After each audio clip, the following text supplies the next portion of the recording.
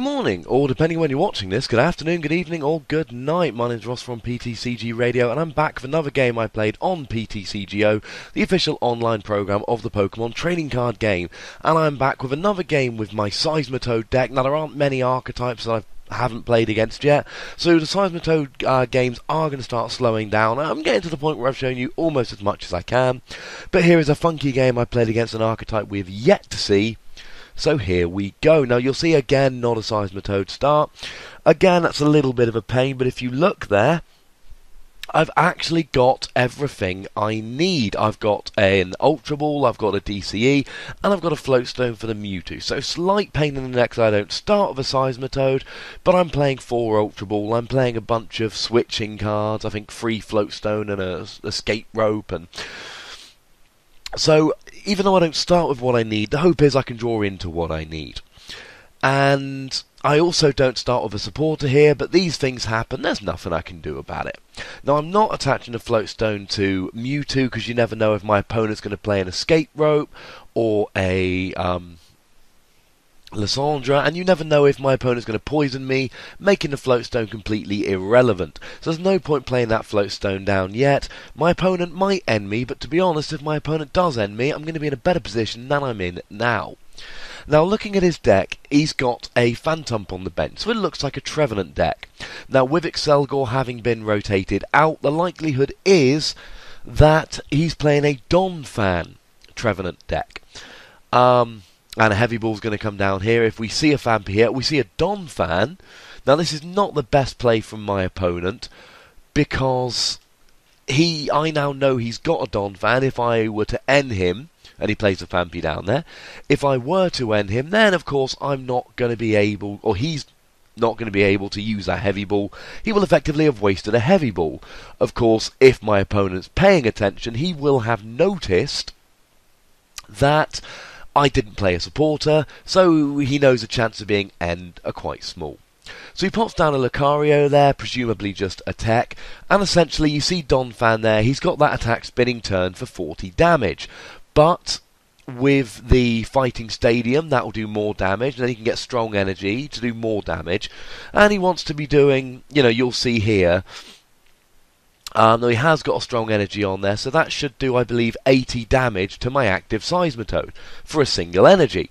He then switches out to his Trevenant, and in theory blocks trainers. He does 80 damage, switches to the bench, so I can't KO his attacker, and he blocks trainers.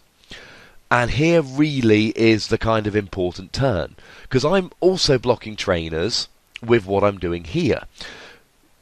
But if I can get a tool onto Garbodor, then Garbodor's ability will drop in, blocking Trevenant's ability, and if I continue to use Seismitoad's attack, then he's not going to be able to ever drop a startling Megaphone, and that means that I am going to have, for the entire game, as long as I can keep Quaking Punch up, I'm going to be blocking him with trainers, but he's not going to be blocking me. I'll have trainers and he won't. Now, this is slightly scary at the moment, because his Donphan's doing 80 damage. If he puts a Strong Energy down, and bearing in mind he can't put a Muscle Band down, so it would have to be a Strong Energy, he'll then do 100, and he will actually knock me out. Now, Donphan is weak to water, but that's pretty much irrelevant when he's going back to the bench. Now, I also put a Muscle Band on my Garbodor, because I didn't want to be trainer locked, if he plays a Lysandra, not Lysander, to grab my Garbodor up active. That is going to be a slight problem, because it's going to be hard for me to retreat. I do play my one Escape Rope, but it still could be a problem. It creates an extra problem, just in case I need it anymore, in that I discarded a Muscle Band on turn 1 of the game, and I believe I play 3 of them, meaning I'm down to my last Muscle Band, and Seismitoad doesn't have one on him. Now, in theory here, my hope would be that if he does get the KO here, that I'm able to draw into an Ultra Ball or a Seismitoad, because the Mewtwo's got a Floatstone for free retreat, and if not, then I would be able to draw into a Max Potion, and then Max Potion would allow me to heal the damage off and pop a DCE. So I get lucky there. I have escaped in that I've still got a bunch of damage on there, but I'm not dead yet. And you see, I actually draw into a Max Potion and a DCE. This is why you play Max Potion. If my opponent wasn't under Trainer Lock, he may well have got the KO there. But he was, so now I can keep going with my Quaking Punch. I get the first KO, I take the first prize, there's no damage on the field. Now, somewhat frustratingly, after my 2 ends, I'm now back to a supporter drought, and you'll see the deck breakdown should be, I know I've been saying I might do this for a while, the deck breakdown should be the next video I post after this. So you'll see that I am not shy of playing supporter cards in my deck, but as I've said on a number of these videos, if you can do well drawing badly, then you're going to do well drawing well. And as you've seen from my previous videos, I've been winning games under much less than ideal circumstances. Speaking of less than ideal circumstances, my opponent, he's doing his thing. Now we get to second strong energy there, that means he's hitting me for 100, it means I'll have to KO next turn. Now if I can draw into my Lysandra, as I have there, I can potentially get the KO. If I put the Float Stone onto Seismitoad, retreat it, pop a Water Energy onto Mewtwo, that wouldn't actually get the KO. I would also need a Verbank Laser, which I don't have. The other thing, which would be a problem here, is that I would break the Trainer Lock, and I really don't want to break the Trainer Lock. So, although I could Lysandra, not Lysander, the Donphan, he could then just use the attack to skip it back to the bench, and I'm back in the same position I was. Until I can get... I only actually play one Lysandra in this particular deck, in this particular build of the deck, so I'm not really in a huge hurry to use my one Lysandra unless I'm actually getting a KO. So I'm going to use a Professor's Letter, just so I can continue getting energy on the field, and I am going to play the Lysandra, but I'm going to grab the Trevenant. Trevenant's got a retreat cost of 3, and what I'm doing here is I'm buying myself time. I know for a fact he is not getting that Trevenant out of the active position. I don't believe he's playing DCE, but even if he is playing DCE, it doesn't matter, because it still won't allow him to retreat it. He can't play a Float Stone, he can't play a Switch, he can't play an Escape Rope. So I'm fine, to be honest with you. It's really not an issue at this stage. I know that Trevenant's going to be there active. I know I'm going to 4-hit KO it. And he goes for Startling Megaphone. But of course he can't play that because I'm Quaking Punching. So again, the game is going slowly. Frustratingly slowly. I'm not getting my supporters like I'd like to get them. But I'm taking advantage of what my deck does. I can waste time with Lysandra here. I can get a nice slow KO. And in the time I'm doing that, I can pop some energy on the bench. Maybe I can build up a big Mewtwo. Maybe I can get free energy onto a Seismitoad. And here, although I could get the third energy onto the Seismitoad, it's far better for me to be able to start building up a big Mewtwo. Now, the Float Stone goes onto the Seismitoad purely because I've only got one muscle band left, so let's save it for either my other Mewtwo or a Seismitoad that hasn't already got a bunch of damage on it. I could play a laser here, but you run into the same question of, well, what's the point? What does playing a laser here actually do for me? I don't want him to die any quicker, and I want to use my lasers for Lucario or Donphan if it ends up active, or to make up magic numbers to get KOs in future. Honestly, I want to sit here, and in an ideal world, I will get a Max Potion and a DCE, or maybe even Max Potion, play it on the Seismitoad, and retreat for the other one. Essentially, I want to do everything I can to stop my opponent playing trainers and getting ahead in the game. Now, what I could have done there was Skylar for the Max Potion, save the Seismitoad that's active, and go to the one on the bench. Now, it might seem weird that I didn't, but essentially, what I'm saying here is, I don't care about losing the Seismitoad. Firstly, it means he's got 4 prizes left. It means if I play an N, then they're going to be better. Although I believe I've only actually got 1 left. But to be honest, I don't mind him killing that Seismitoad. It's got a Float Stone on, it's never going to have a Muscle Band on. Whereas the one on the bench has got 2 energy, so I can use the second attack that does 130 to him, and 30 to 2 of my bench Pokemon. Or I can pop a Muscle Band on and be hitting for 50. Now I still haven't hit a Verbank City Gym here, which is a slight pain, so I'm putting the Mewtwo up just while I have a little bit of a think. What do I actually want to do here?